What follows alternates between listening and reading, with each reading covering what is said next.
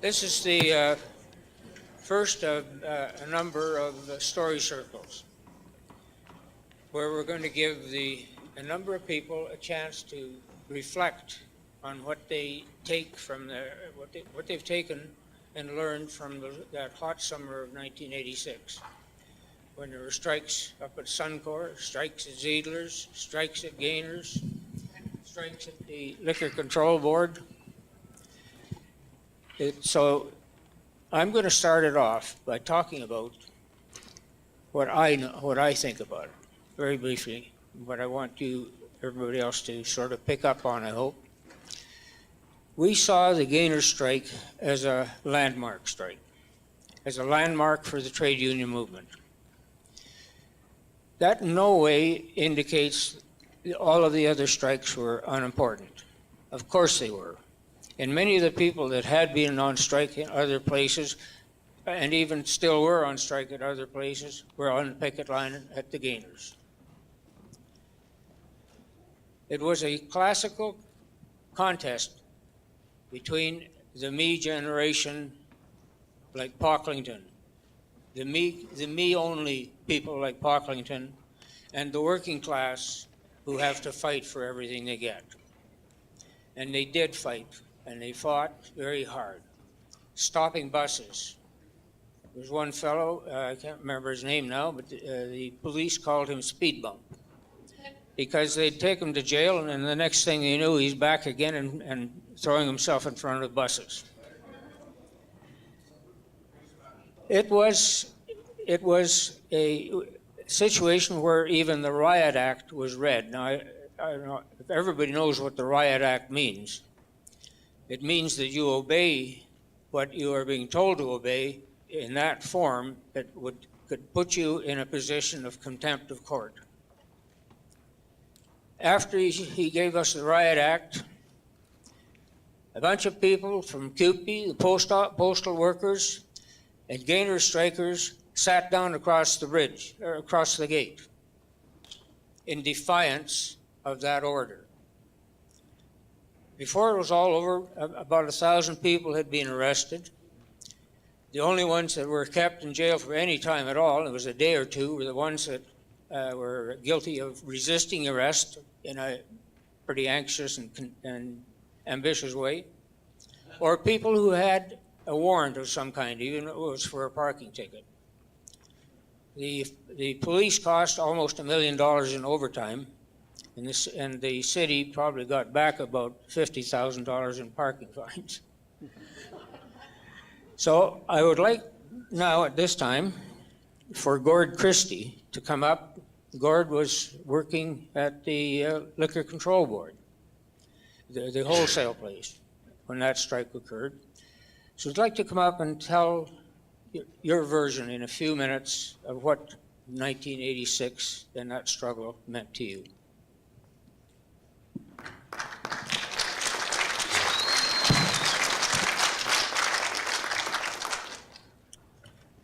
Thanks, Dave, and I'd like to thank the Alberta Labour History Institute for putting on this conference. Quite frankly, if they hadn't been doing the work over the last 10 or 12 years, we wouldn't be here today trying to throw some gasoline on activism here today. So thanks, Dave, and thanks for everybody on the committee. And just one other note I'd like to make on that as well. Being from Calgary, with my work life, very thankful for the Labour History Institute for as well helping with the Calgary Labour History Map that Susan Keeley and others did. We had our bus tour on May 5th, and again, that was an action that wouldn't have happened in Calgary if it hadn't been for the Labour History Institute. So thanks very much.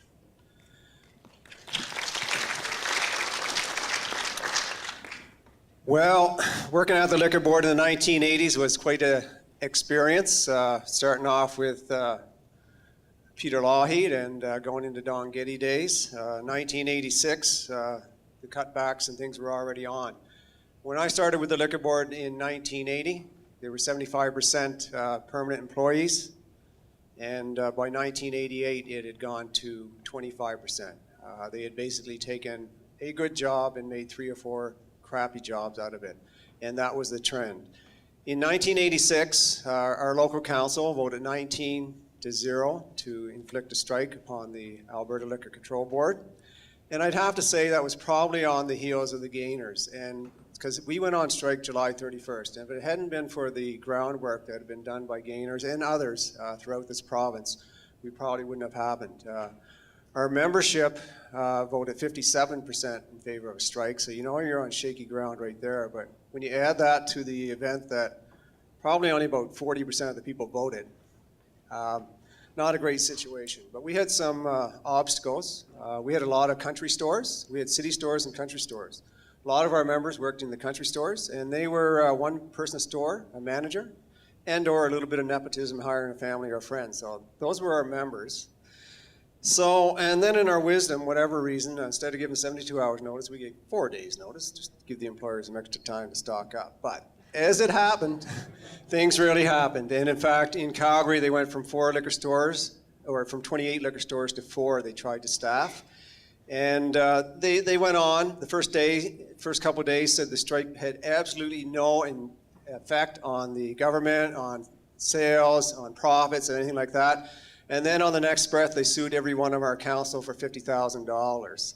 So you tell me. We had some really highs and lows in our strike. It went on for 57 days. It was the longest strike in AUPE history, Local 50. Represented liquor store clerks, warehouse workers, and maintenance people throughout the province. Majority of people worked in Edmonton and Calgary. And what we really found is we didn't have a lot of public support. And sometimes we didn't have support from our own union, but we had a very strong membership base, particularly in the work site I worked in Calgary. We had 120 employees, and we had 3 scabs. And that was the exact opposite around the province. And in fact, in some places, such as Red Deer, although the members from there voted in favor of the strike, they went and scabbed and encouraged everybody in the city to scab. So it was a real struggle. Mentioned we had a premier named Don Getty at the time.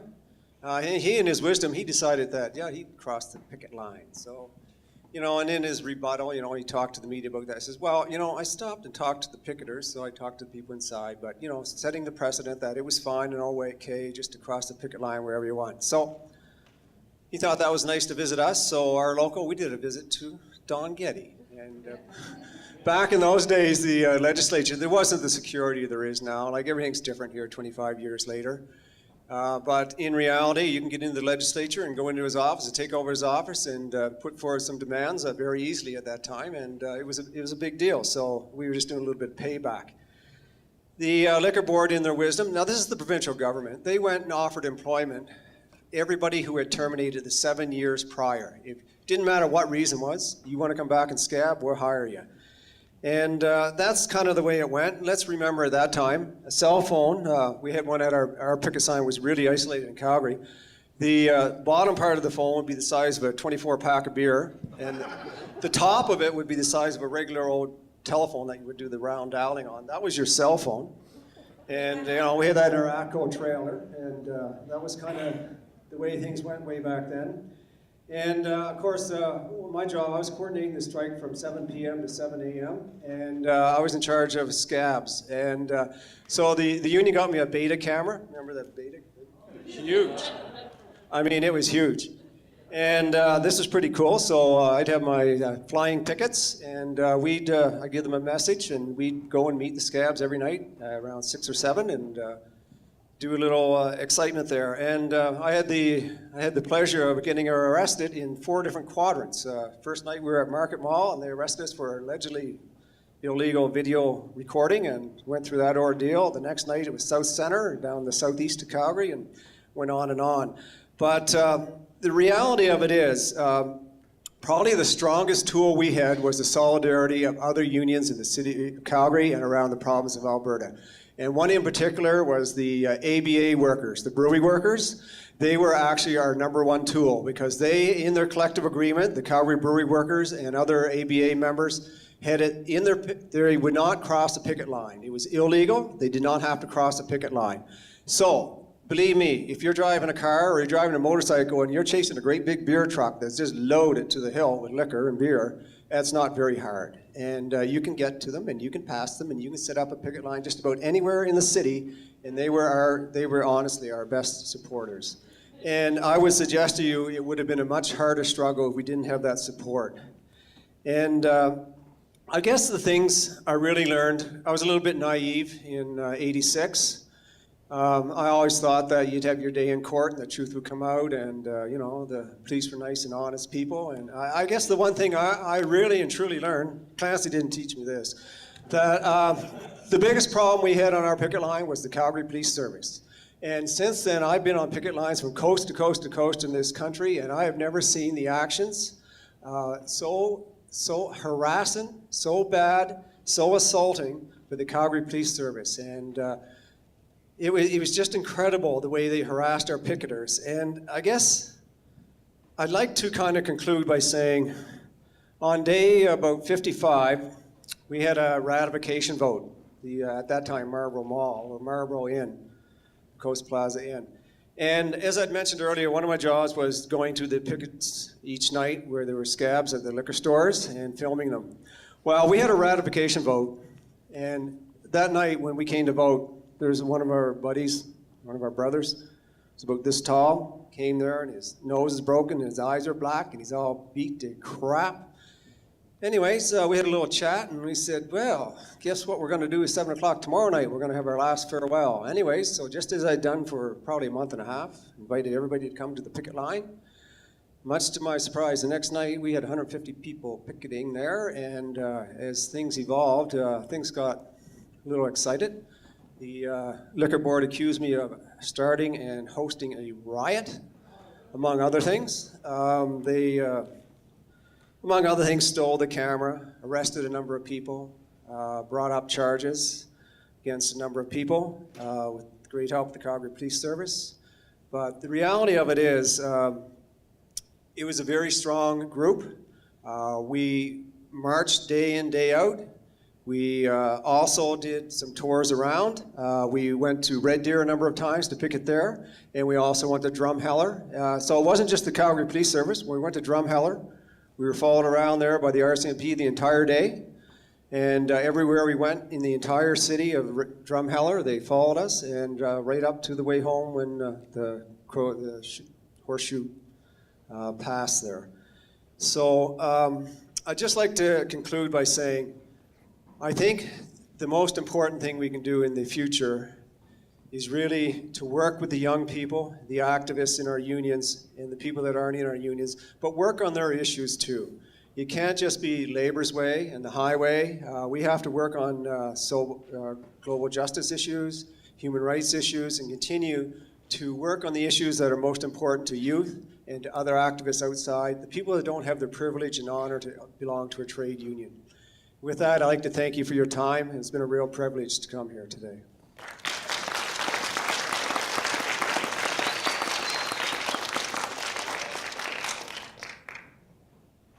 You know, I told... One thing, Dave. I didn't bring my sign.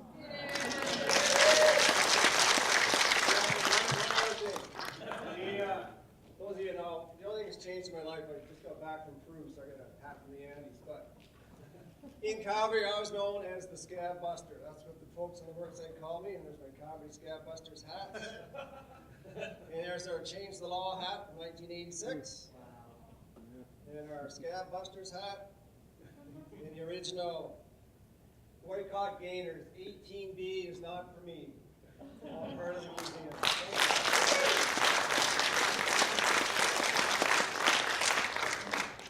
Thank you. Thank you very much, Gary. You know, I was supposed to tell everybody you got 5 minutes, but you know, how do you do that with a guy that's prepared to take on the city police of Calgary? So, anyway, I'd now like to have Vicky Beauchamp come up here. She was a prominent feature for the entire Gainer strike. Come on, Vicky, come and tell us what you think about what's happening these days. What do you think about when you what you take away from the struggle? Thank you so much, Dave. And again, I want to commend you for having the first ALHI conference. You've been a marvelous person, and we hope that you can last another short while to lead us on. Anyway.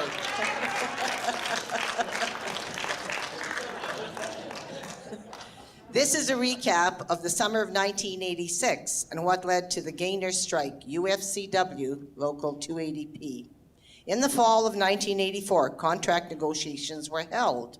The settlement was rollback wages for new employees to $6.99 from $11.99 per hour. Reduced sick benefits, overtime, forced labor. In December of 1984, a Christmas party for all employees was hosted and paid by Mr. Pocklington, whereby he wined and dined the workers, hoping to appease them and regain a sense of loyalty. In his presentation, he informed everyone that he was in financial crisis. Isn't that always the truth?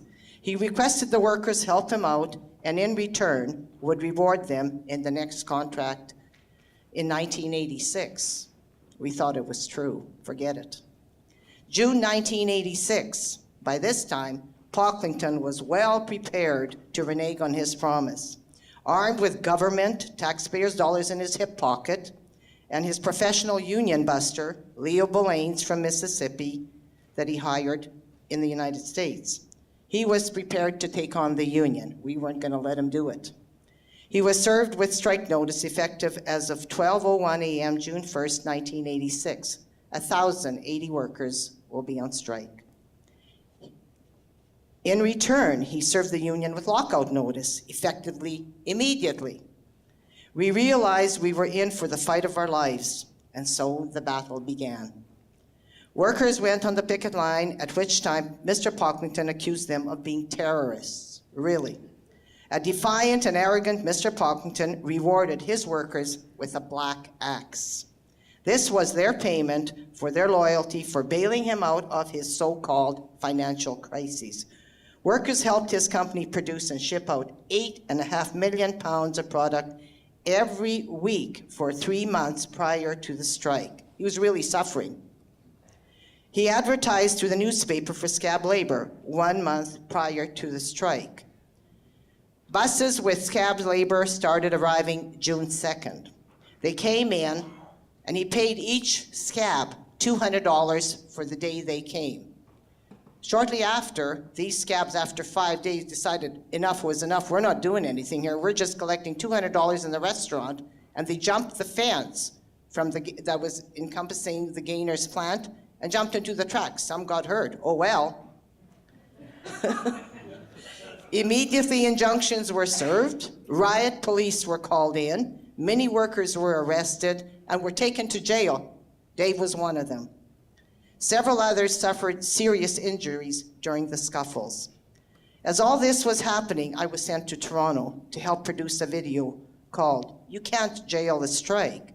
The video was used in our campaign to boycott and to provide insight to the public. It was also an effective tool in fundraising for our cause. The workers never lost sight of what was required of them to continue fighting this battle. We became militant, strong, and resilient. For 6.5 months, we remained focused on saving our union and our stolen $10 million pension fund. The support we received from the labor movement and the public was unbelievable and very inspiring. As an example, several semi-trailers went across the country and collected donations of Christmas presents for the strikers' families. The workers had also been blessed with a very strong and visionary leadership by the Alberta Federation of Labor. At the helm, guess who? Brother Dave Werlin, who mobilized and garnered strength and commitment of support from the labor force across Canada. Shirley Carr was the president of Canadian Labour Congress. December 17th, 1986, the strike was over. We were triumphant in saving our union and retrieving our $10 million pension fund after the union paid $1.1 million to retrieve it. We initiated and carried out the most effective boycott in Canadian history. It was awesome. It seemed our Mr. Pocklington was unable to ever recover from that effective boycott. Our defeat against him was bittersweet. A song was composed and recorded during the strike, the Battle of 66th Street. Today, I am proud to say I was part of the Battle of 66th Street. Hopefully, our determination and perseverance will be an example to the younger generation. We fought strong and hard and never gave up no matter what obstacles were thrown our way. And I'll leave you with this thought. Late Jack Layton wrote it. The quote was, "My friends, let us be loving, hopeful, and optimistic, and we'll change the world." On behalf of UFCW Local 280P, 1,080 members strong, it's with sincere gratitude I want to thank Brother Dave Werlin, AFL, Sister Shirley Carr, CLC, Brother Frank Ben from UFCW, and also our then President John Ventura, and everyone who strongly supported our struggle for justice. And to Dave, I'd like you to come up here because I have something for you. I know he fought the battle on 66th Street, and I think he's proud of that. The other thing, Jay was also jailed at Gainers, so we're presenting him with another hat. This is now the defunct Gainers. Pocklington never maintained it, and so eventually it had to be closed. He pocketed the money and ran to the US, and look where he's at now. He's selling some kind of gold mine shares. Good luck.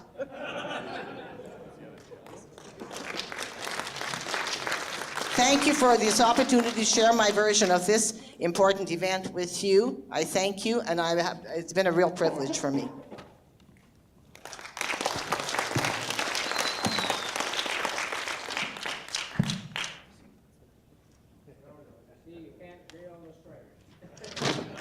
And this is some of the pictures that I brought. I'll bring them out at lunchtime. And if somebody wants more of them, that's what we faced when we first started the strike. And we never gave up. We never lost sight of what we were out for.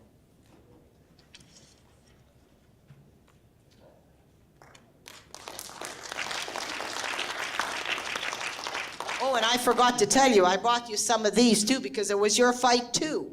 So I brought some pamphlets and I have some buttons that say you can't jail a strike.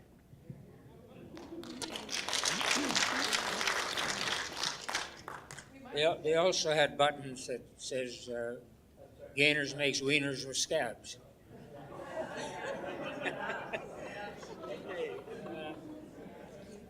Albert is with UFCW, and he was at the same time as the Gainers strike and all those other strikes were going on. His plant was on strike in Red Deer. So come and tell us what you take away from all those that hot summer. Well, I should tell you before I leave that Vicky sat on top of our striker's hut, a trailer we'd rented.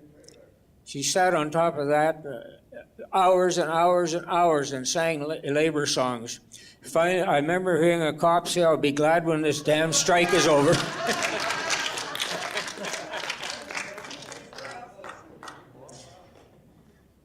Thanks, Dave, and thanks to the Alberta Labour History Institute. It's great work that you've been done. Have worked with people from the Institute over the last 2 or 3 years, gathering up stories from our local and anything else we could help with. So I appreciate the chance to be here.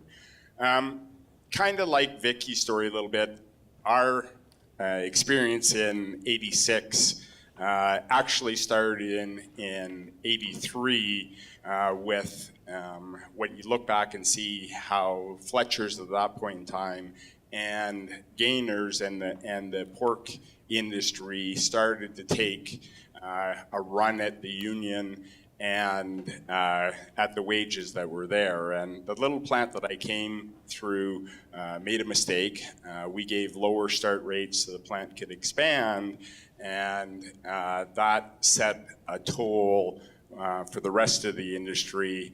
And then between Fletcher's, the government, and Pocklington, we had the hog wars that pitted the plants against each other as much as they could, making the point that that they couldn't survive fighting against each other, and there wasn't enough hogs and everything, and driving our wages and working conditions down. From there, Fletcher's kicked the union out for about a year and a half. Labor Board hearings reestablished that the union deserved to be there and was certified. Meanwhile, they had hired 300 people that never paid a dime in union dues, didn't know what it was. You couldn't talk about unionism or anything as we went through that. And all of a sudden, we're forced back to the bargaining table. They stripped our collective agreement, 84 collective agreement that was ratified in May of 85, of virtually all our rights that were fought beforehand. With that, there was a group of us that had really wanted to go on strike in 85, even though coming from a farming community, I didn't know what a strike was or anything that was entailed, but what was going on was wrong.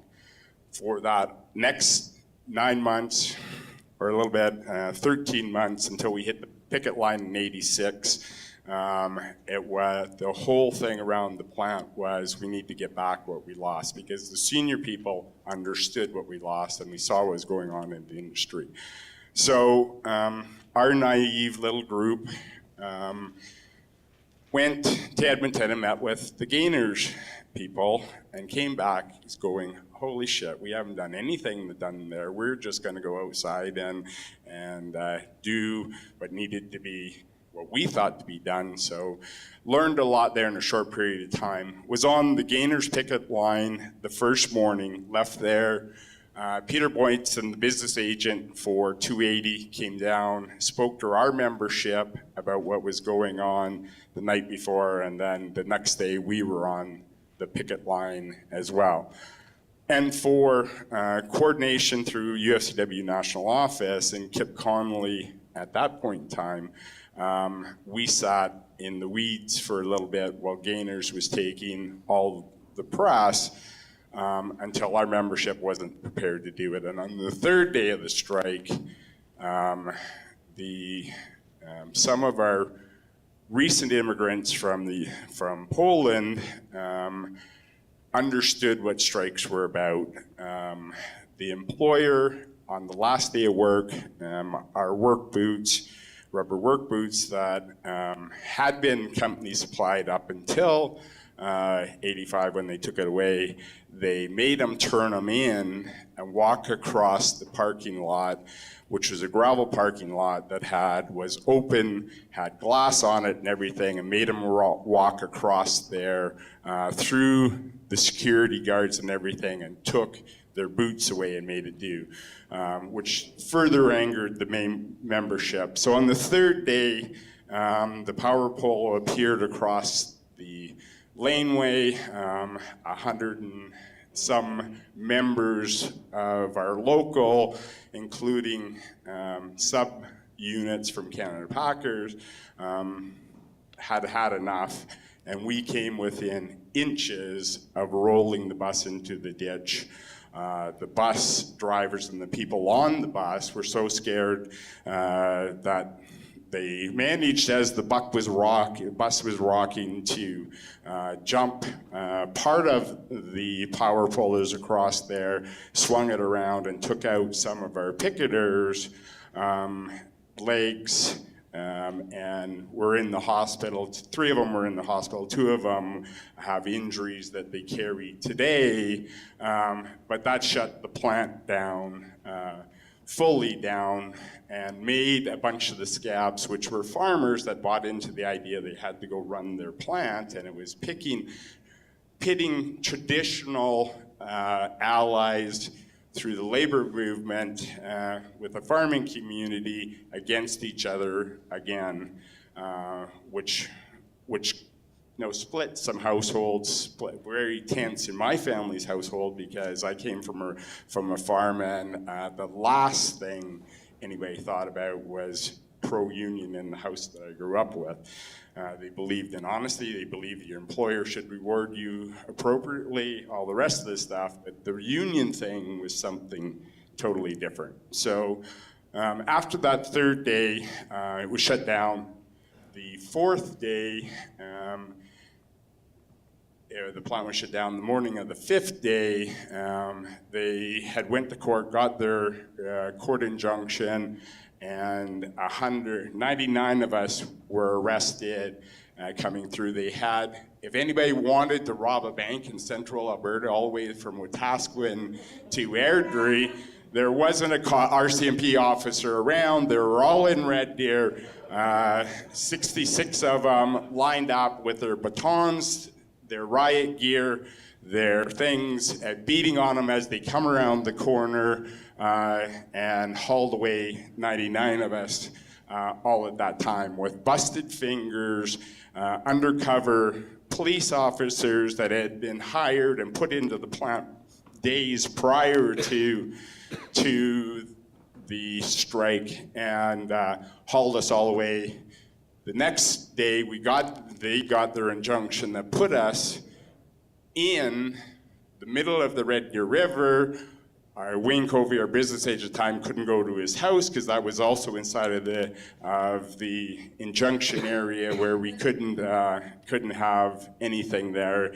And we still, the next day or next 2 days, had members arrested for taking the windshields out of the inspectors' vans and stuff like that. So thank God for the solidarity of the labor movement, because went to Vancouver, where our sister plant, UFCW plant out there, was in negotiations at the same time. They were prepared to walk the street. They issued strike notice, told them that if they quit scabbing in Red Deer and they promised not to scab in Vancouver, they'd let them clean the plant out. If not, then they were walking out at the drop of the hat. Amazing, the company came back. We got parity with the industry and all the stuff that we lost back in that strike in '86. And it was, some people got $5 an hour raise over 2 years, and we got rid of the progression. We got the benefits back where you didn't have to pay for portions of over a 4-year period, all the rest of the stuff. And it was a substantial win. And we like to believe that it stepped forward and gave some inspiration to the Gainers picket line that we had accomplished that, and hopefully they could do. And our membership was very supportive of what was going on to Gainers on an ongoing basis. So once again, I thank it from here to take away from this, even though it may seem the battle's almost impossible, you can persevere, and that was a very young plant as well. It was, the average age was the youngest there was that UFCW had in the country, but the senior people bringing the young people in, telling them what we had given up, and time to fight it back, sent the message. So thank you.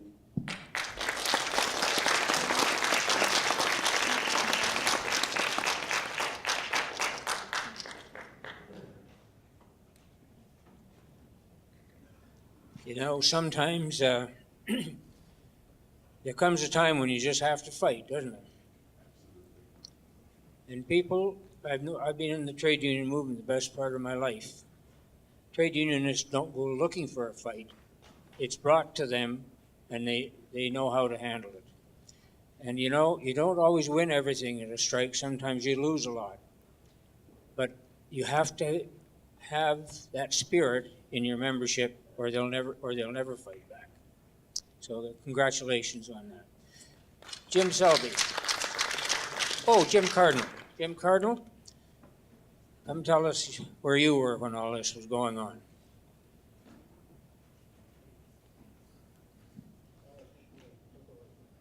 Thank you, Dave.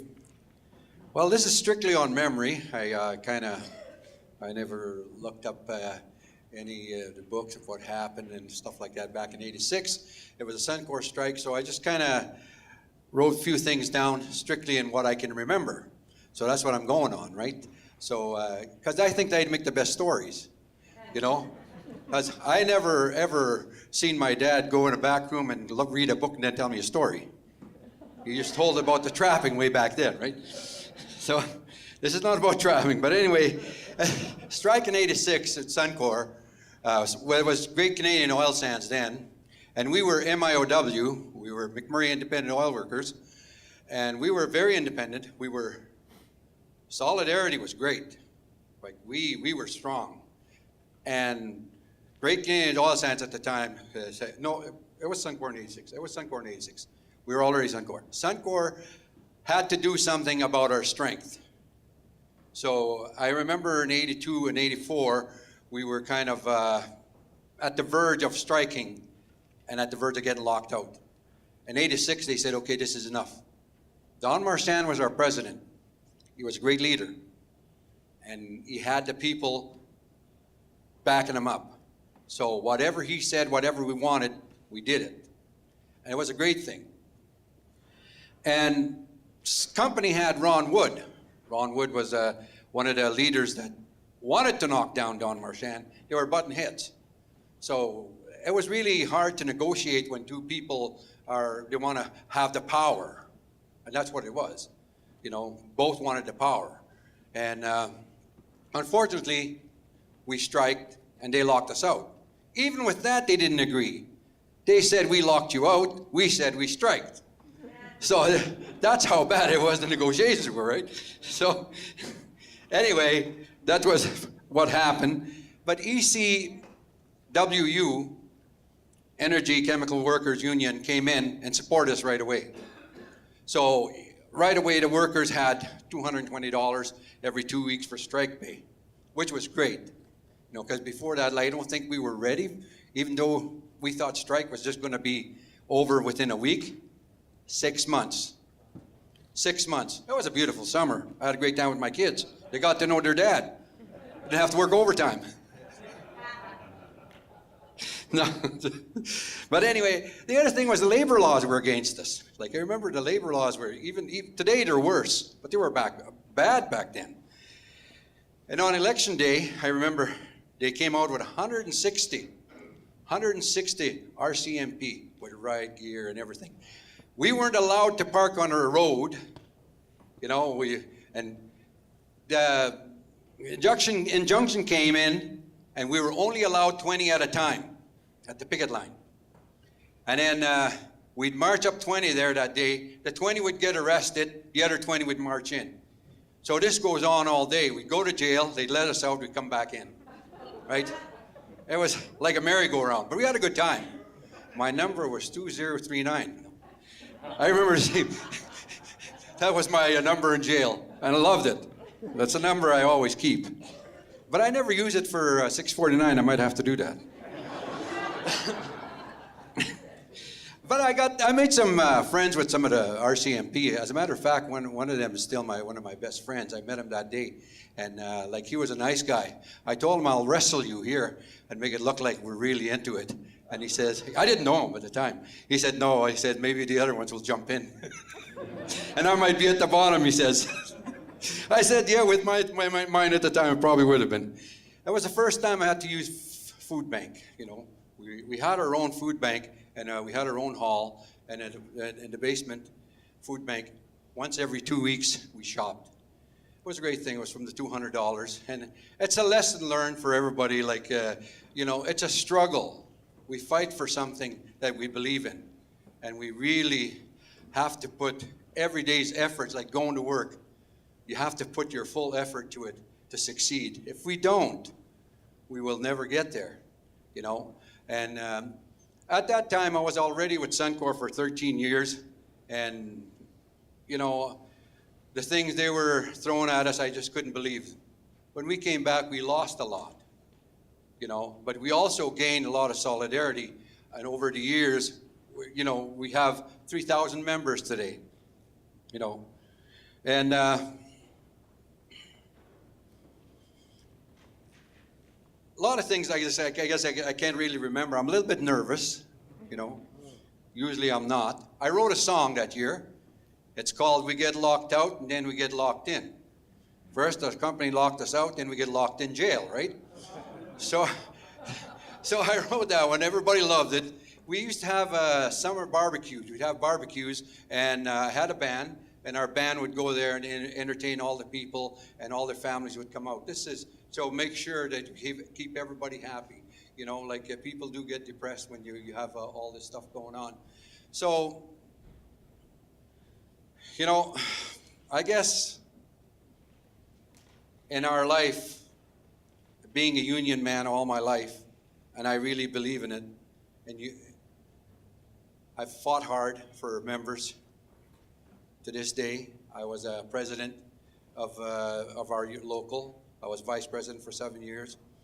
And my belief in keeping union strong is to be out there with the members, to talk to them, to visit them, to unionize them, to understand what we do. We can fill this room here with paperwork in our union office. They don't understand it.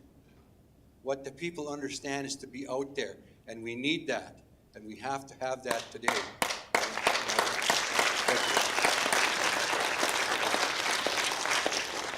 And I want to thank Dave for having me. I want to thank everybody for coming out and listening to my story. If you do have any questions, if I have the right answer, I'll give it to you. If I don't have the answer, I'll tell you, you have to go search for it. I'm in a book called True Grit about the story of 86. Thank you.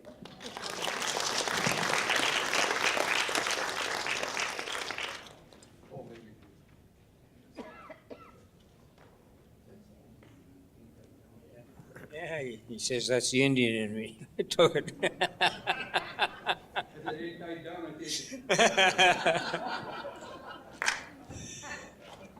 What a succession of stories, and all right from the heart. I think it's just great. Jim Selby. When I was president of the Fed, everything that got written that I got to speak about, he's the guy that did it. I just took the praise.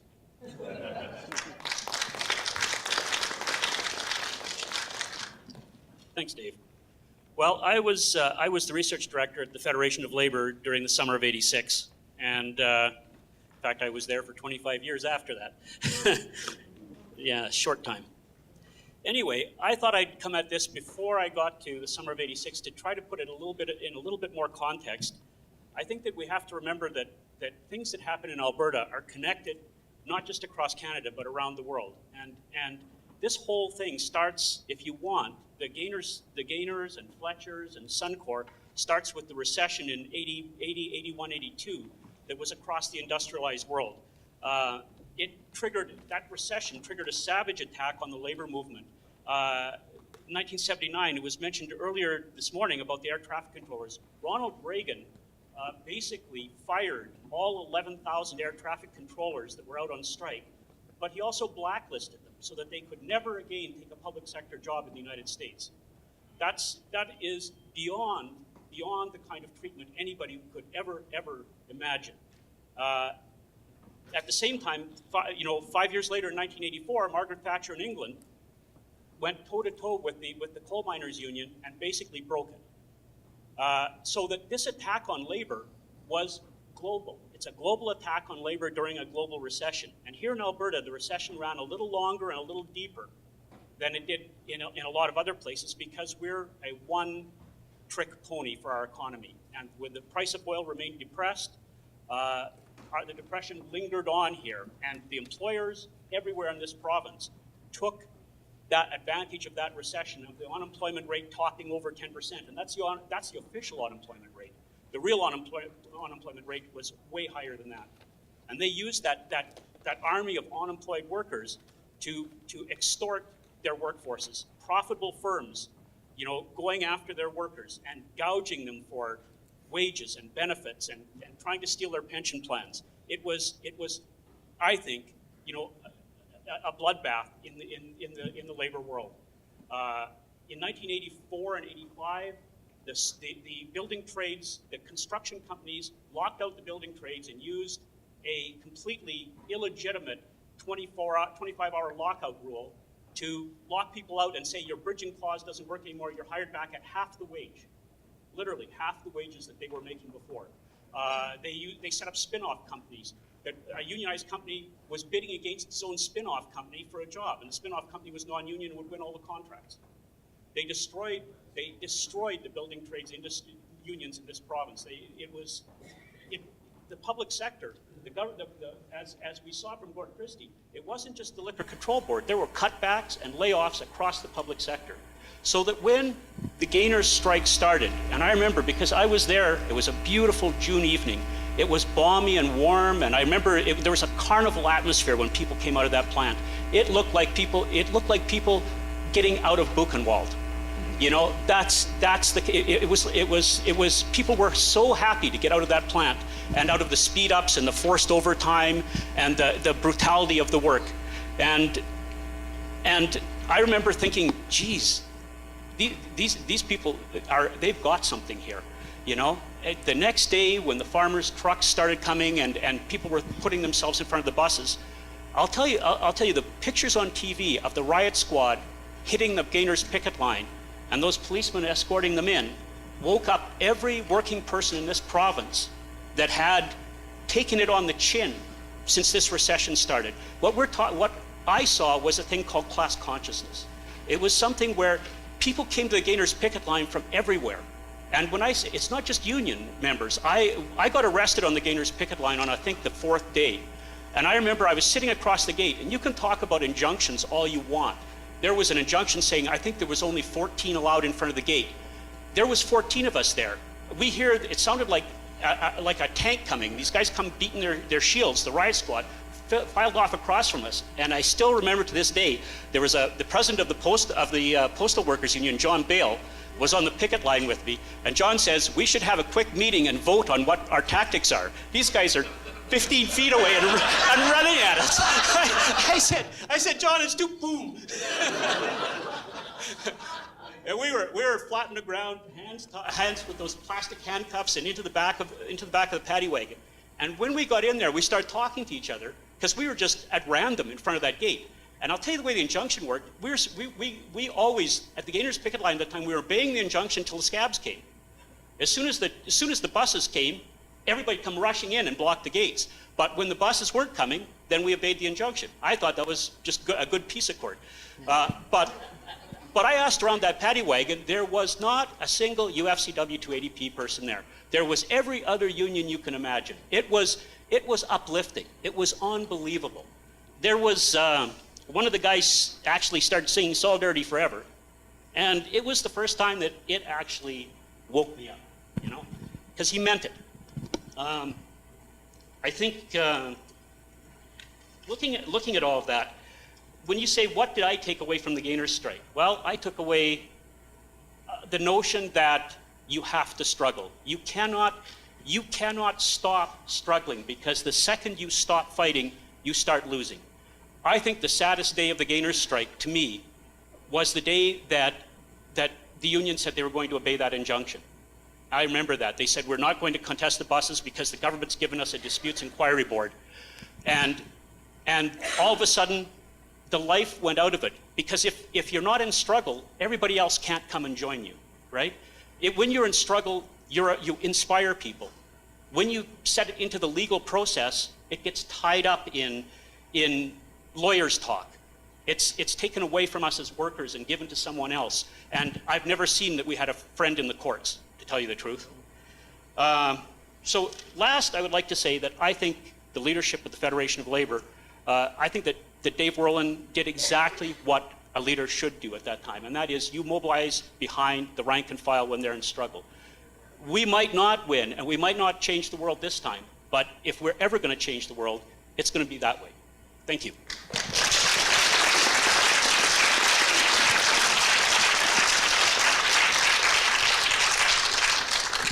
Okay, well, thank you very much. Somewhere here, we should have a roving mic. Maybe that's what this is. Did we have somebody? We were supposed to have some person to come and take a roving mic. So anybody has any questions or comments, we'll give you the microphone.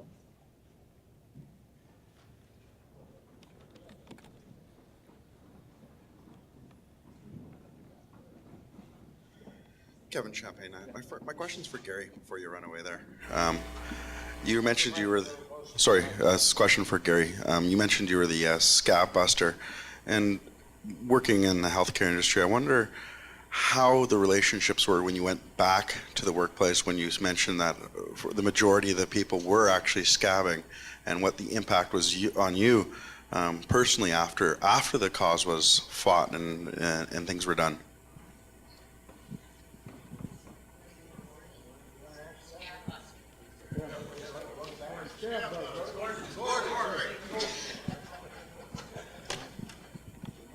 Well, I don't know if you ever heard of Doreen Gare. She came out of the United Nurses of Alberta. She was the head negotiator for the Liquor Control Board. That was her official title.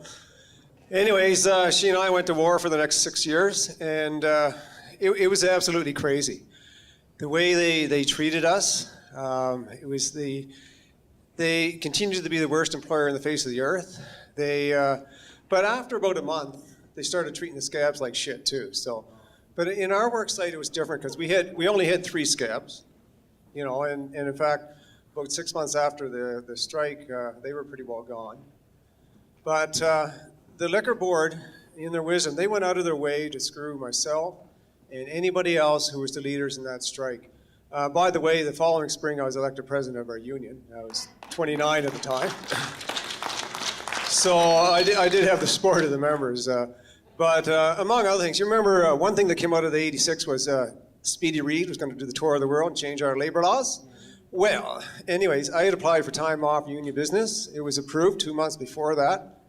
It was on a Monday, the hearings in Calgary. Friday afternoon, closing time, the liquor board denied me time off to go to those hearings. This was Doreen Gare's. So Monday morning, the hearing started, the Delta Bowl downtown. And about 10:30, I was called. And of course, I was at work slaving away for the liquor board. And the Carol Dean, who at that time was vice president of AUPE, let the powers to be know that why I wasn't there. So they adjourned the hearings. They contacted the Solicitor General, who contacted the minister responsible for the liquor board, who contacted St. Albert, where they did all the big decisions, who phoned Calgary and said, do you want to get that individual to go downtown and do a presentation? The Minister of Labour has adjourned the hearings and wants to know why the liquor board's treating you so crap. So, it was a war, and that was just an example. And so I went down there for a half hour and told exactly how we were treated during the strike, how the liquor board treated employees since, and how they treated the scabs. And anyways, it was nonstop after that. But I'll leave you with this. We went into negotiations in 1987. And the opening line from Doreen Gare's wasn't good morning or how you doing, is there is no limit to our grievance cost expenditures. That was her opening comment. And she went on to tell me how grievances are a healthy situation. So I can assure everyone of you sitting here, for the next 5 years, I had the healthiest work site on the face of the earth. The only clause I didn't grieve was the forest fires and floods and things of that nature. Every other article was grieved at least once.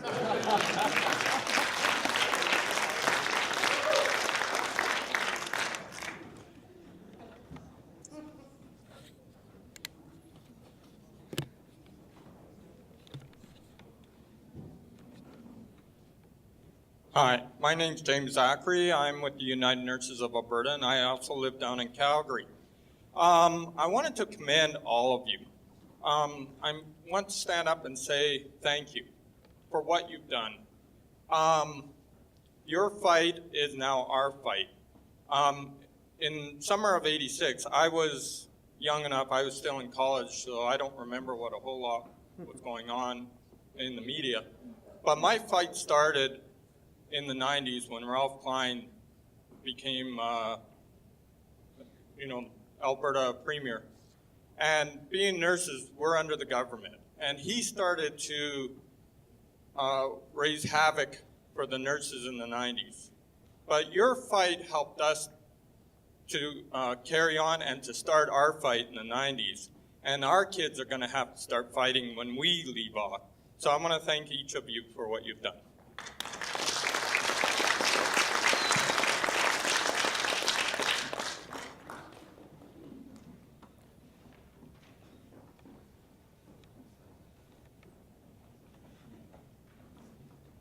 Hi, my question's for Vicky. Actually, I'm Cindy Lochdrake. We've actually spoken before, but I just wondered, Vicky, if you could talk about what it's like as a woman to be so involved in a strike, and if there was anything that made it easier or harder, if you could just comment about that. Sure. Thanks.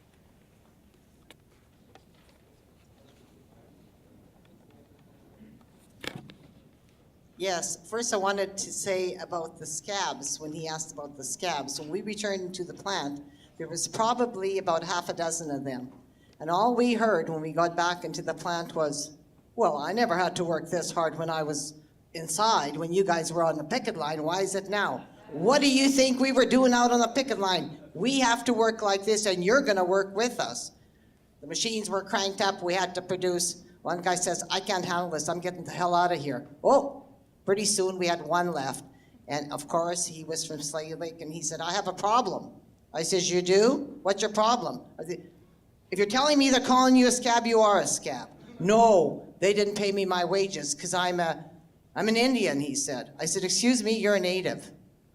Okay, so you didn't get your wages because everything is paid for you? We'll correct that. Don't come to me if you're going to tell me they're calling you a scab. Thank you. That was one of them.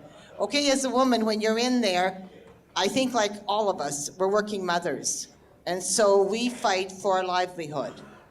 So we're going in there, and this comes up. So do you give up your job? You've been there I was there actually for 12 years. And you see what's happening. So you're fighting for your life, and you're saying to yourself, like, do I give it up? But when we saw what was happening and what Peter promised us in '84, and as some of the women said, oh, I think he's genuine, I said, we'll see by '86 how genuine this man is. And when he wasn't, that's when it kicked in.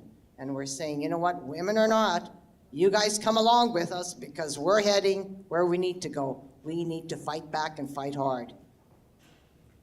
So is that what?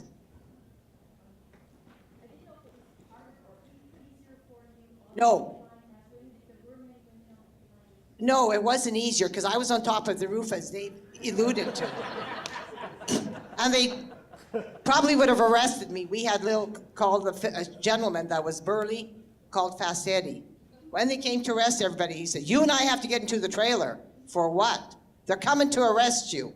So when the police came banging on the back door, he said, don't answer, because the guy that opens that door is going to get my boot in his face, and he won't come back.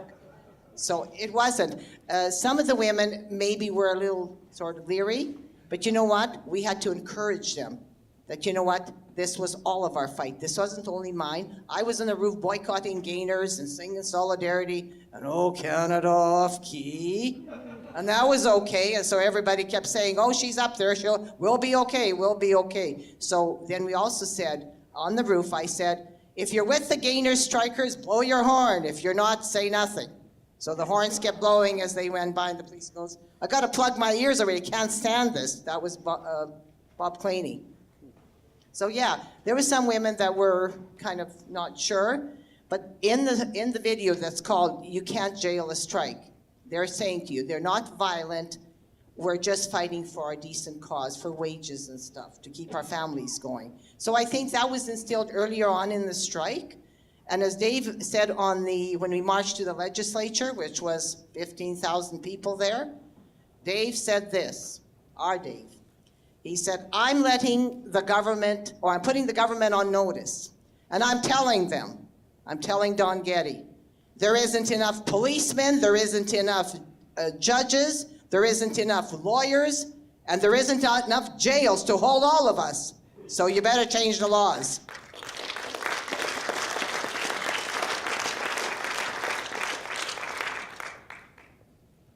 Yeah, well, of course, I wasn't on strike. But I want to thank all of the participants. I think when you put all their stories together, it constitutes a great history lesson. And it demonstrates tremendous pride and strength. And that's what needs to be continued, and that's how the trade union movement has to grow. We've arrived at the time when we've got one more, because she's writing her thesis on the Gainer strike. Hi, I'm Andrea Samuel, and as Dave said, I'm at Trent University writing my master's thesis, and I'm your youth respondent. So I think one of the really important things here is that a lot of people are concerned about trying to involve youth. And from my own experiences with summer jobs and with CUPE at Trent, is that a lot of people don't consider themselves my age as workers. They don't approach their jobs as something that you need to fight in. They think of it as temporary, or they think that things are fine now. And I think that what we really need to do is to raise people's consciousness and to make sure that people see themselves as workers and see themselves as people who have a stake in fights, and that it's not just about wages or benefits, but that it's about other things too, about social justice and about trying to build a better society.